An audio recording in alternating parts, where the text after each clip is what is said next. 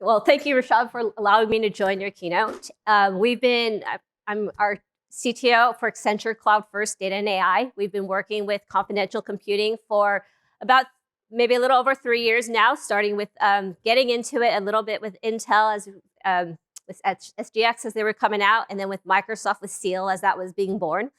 We had open sourced a Python library for Seal very early on. So we've been looking at this for a long time, and we believe now is the time, right? There's a lot of reasons that many have already mentioned why. I wanted to share a story of something we're working with Opaque on. So this is with the telco and being able to have a national agency use some of this information from telcos for national security, for cybersecurity.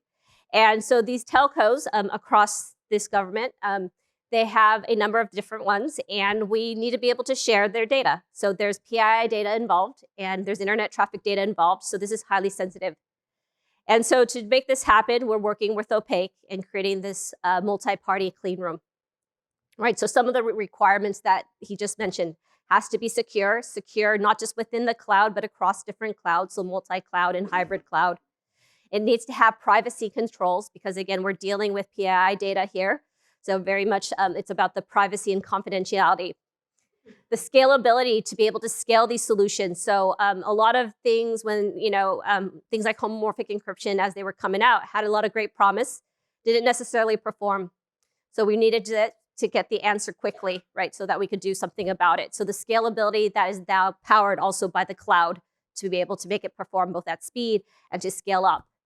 And then the fine-grained access control policies, right, so that each of these telcos, as well as the administrator, being this national government agency, all being able to control exactly what they were doing, right? So these requirements pretty much tick off what's been set and the answer, right? So we used Opaque as part of the solution for this confidential computing clean room.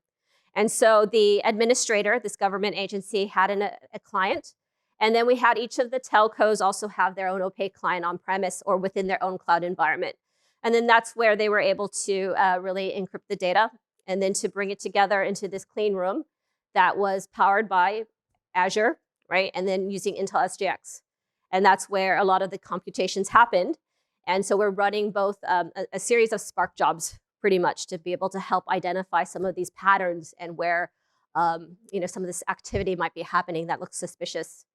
We use an attestation service with Opaque. Certainly could have used Intel and others as well, right? But this is what we had done, and it's working. And so I feel like this initial piece that we stood up, it really proves that certainly the tech works, but a lot of the contribution was really working through the ability across this agency, across the telcos, to be able to feel comfortable with sharing this sort of data, right? This sort of use case used to be a no-go, right? People used to say, no, we would never do this. Well, people used to also say we would never go to cloud.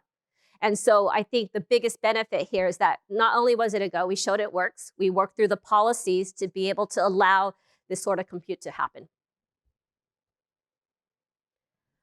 So we're seeing a number of use cases. So I just told a story about national security and telcos, but we're seeing this across different industries. And a lot of the ways that we talk about it starts with these flavors that I show here. So within a single organization, I don't talk about data sharing from day one. I talk about maybe something like powering your AI and your data science, with the ability to be able to train models and develop models on some of the data that you have that's more sensitive. I talk about things around cloud data migration. When you're moving from a data system from one place to another, possibly in the cloud, there's a lot of data in there, and sometimes it doesn't go well in terms of that migration process because you make a mistake. And so in that process, it's really hard to get the data that you need to test because there's, again, private data and sensitive data. So as part of that cloud migration process, I said, I'm going to be able to test and ensure that your migration process goes smoothly. Let's go ahead and add this piece in. I'm thinking about data governance, right? So data governance has always been, I would say, even up to 2 years ago, always within an organization, thinking about how do I govern and secure my data. Healthcare was one that was really early on thinking about third-party data because they had a need to use that. Now any company, whether it's for supply chain, sustainability, just collaboration with AI, they're going to need to have a data governance policy that includes their partner data. Looking at data sovereignty. So as we talk about those cases, let's go ahead and add some of these capabilities there. When I think about another path is around thinking about use cases with a third-party organization. It might be one customer with their third party. So as an example here, I'll take the industrial automation one. So this industrial automation manufacturer, they sell electric equipment, cooling equipment that goes into every building, every plant, every data center. And their customers were such that said, we would never do data sharing back with you, even though we still at the same time desire AI-powered, guidance on things like your electric systems.